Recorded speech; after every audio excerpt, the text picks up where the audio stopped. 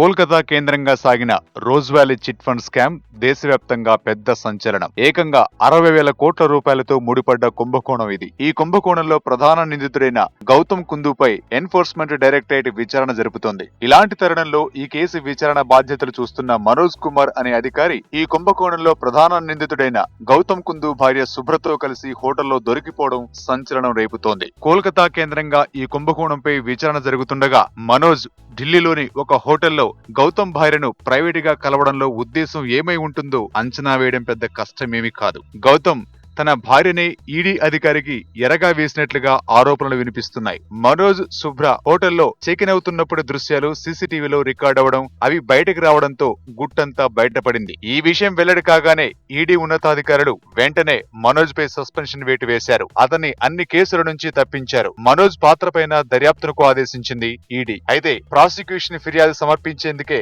తాను ఢిల్లీకి వెళ్లానని మనోజ్ కుమార్ తెలిపారు. శుభ్ర తనకు స్నేహితురాలని, అందుకే ఆమెను తన వెంట తీసుకెళ్లినట్లు చెబుతున్నాడు. తనను బాధితుడిని చేశారని, వ్యక్తిగత కక్షతోనే తనపై బురద జల్లుతున్నారు. ఉన్నతాధికారుల అనుమతితోనే ఢిల్లీ పర్యటనకు అధికారికంగా వెళ్లానని మనోజ్ కుమార్ ఇస్తున్న వివరణను ఎవరూ పట్టించుకోవట్లేదు.